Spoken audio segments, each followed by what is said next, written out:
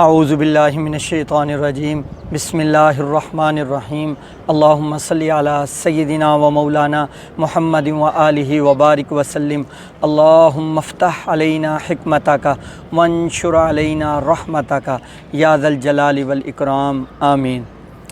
آج کا جو میرا موضوع ہے وہ ہے تھنک اباؤٹ آور پریئر، یعنی اپنی نمازوں کے متعلق سوچنا۔ اب نماز ہے کیا؟ حدیث سے پوچھیں تو پتہ چلتا ہے کہ الصلاۃ عماد الدین، نماز دین کا ستون ہے۔ نماز ہے کیا؟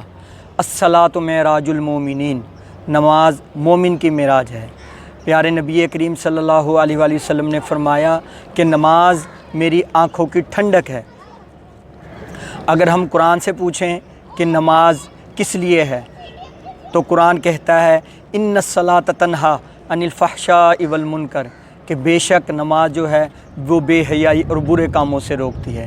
اگر ہم خود سے جانیں، خود سے پوچھیں کہ نماز ہے کیا، تو ہمیں پتہ چلتا ہے کہ نماز دل کا سکون ہے، نماز روح کی غذا ہے، نماز جسم کی ضرورت ہے، نماز ایک پرسوز کیفیت کا نام ہے۔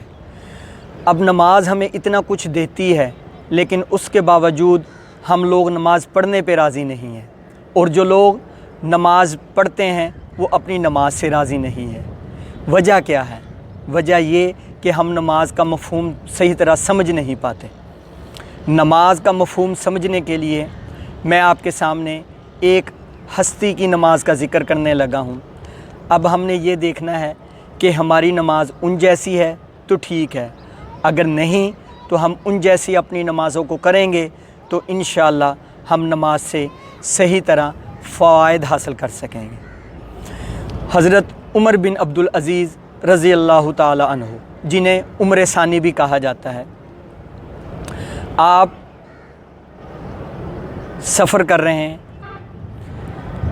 اور دوران سفر نماز عصر کا ٹائم ہو گیا۔ ایک مسجد آتی ہے، آپ اس مسجد میں جاتے ہیں اور وضو فرماتے ہیں۔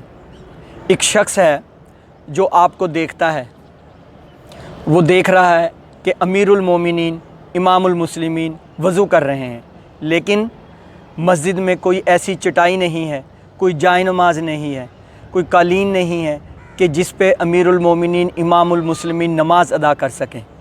وہ شخص گھر گیا، گھر سے ایک چٹائی لے کے آیا اور اس نے بچھا دی۔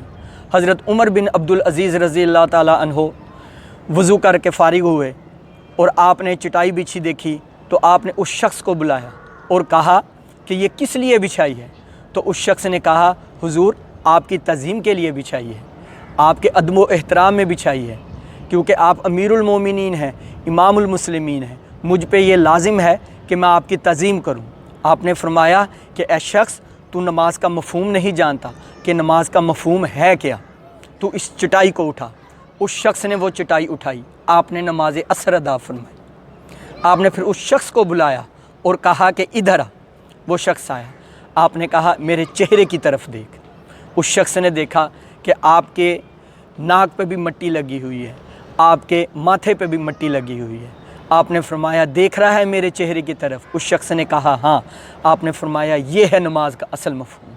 میں جب سجدے میں تھا تو میں نے اپنے پروردگار سے کہا اے اللہ، ساری تعظیمیں تیرے لیے ہیں، سبحان ربی اللہ، تمام بڑائیاں تیرے لیے ہیں، تمام شانیں تیرے لیے ہیں، میں تو کچھ بھی نہیں، میں تو تیرا ایک عاجز بندہ ہوں۔ جب ساری تعظیمیں ہے ہی تیرے لیے، جب ساری عظمتیں ہے ہی تیرے لیے، تو پھر آپ نے اس شخص سے پوچھا میری تعظیم کیسی، میری تعظیم کس لیے؟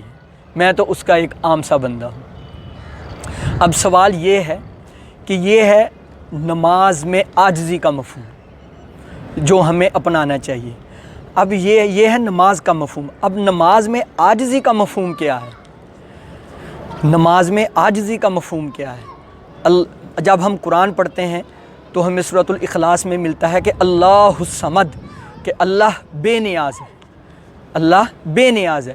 اب نماز، اگر اللہ بے نیاز ہے تو انسان اس کے سامنے عاجز ہو رہا ہے، تو اللہ تو ہے بے نیاز۔ اگر کوئی شخص یہ نہ بھی کہے کہ اللہ میں تیرے سامنے عاجز ہوں، میں بہت کمتر ہوں، تو بڑی شانوں والا ہے، بڑی عظمت والا ہے، تو اللہ کو کوئی فرق نہیں پڑنے والا۔ اگر کوئی یہ کہے کہ اللہ میں بڑی شانوں والا ہوں، میں کوئی چودھری ہوں، وڈیرا ہوں، میں کوئی وزیر مشیر ہوں، کوئی MNA MP ہوں، تو اللہ کو پھر بھی کوئی فرق نہیں پڑنے والا۔ کیوں؟ کیونکہ اللہ تو بے نیاز ہے۔ لیکن پھر نماز میں عاجزی ہے کیا؟ اصل تو بات یہ ہے، سوال یہ ہے کہ نماز میں عاجزی کیا ہے جو ہمیں بتائی گئی ہے۔ نماز میں اصل عاجزی کا جو مفہوم ہے وہ ہے کہ اس کی مخلوق کے سامنے عاجز ہو جاؤ، اپنے آپ کو اس کی مخلوق کے سامنے عاجز کر لو۔ جب ہم نماز میں عاجزی کا جو اصل مفہوم ہم پائیں گے، اس کی مخلوق کے سامنے جب ہم عاجز ہو جائیں گے تو پھر ہمیں نماز کا صحیح مفہوم بھی ملے گا، ہمیں نماز میں خشوع و خضوع بھی ملے گا، ہمیں سب کچھ ملے گا جو نماز ہمیں دیتی ہے۔ میں اللہ پاک سے دعا گو ہوں کہ اللہ پاک ہمیں حضرت عمر بن عبدالعزیز جیسی نماز ادا کرنے کی توفیق عطا فرمائے، اور ہمیں ایسی نماز پڑھنے کی توفیق عطا فرمائے جو ہمارے پیارے نبی کریم صلی اللہ علیہ وآلہ وسلم کی آنکھوں کی ٹھنڈک بنے، کیونکہ جو نبی کی معراج ہے وہ خدا تک ہوتی ہے، اور میں یہ کہوں گا کہ جو امتی کی معراج ہے، مومن کی معراج ہے، وہ نبی تک پہنچتی ہے۔ اللہ تعالیٰ سے دعا گو ہوں کہ اللہ تعالیٰ ہماری نمازوں کو ہمارے نبی تک پہنچائے، اور ہماری نمازوں کو ہمارے نبی کی آنکھوں کی ٹھنڈک بنائے۔ اللہ تعالیٰ ہم سب کا حامی و ناصر ہو۔ السلام علیکم ورحمۃ اللہ وبرکاتہ۔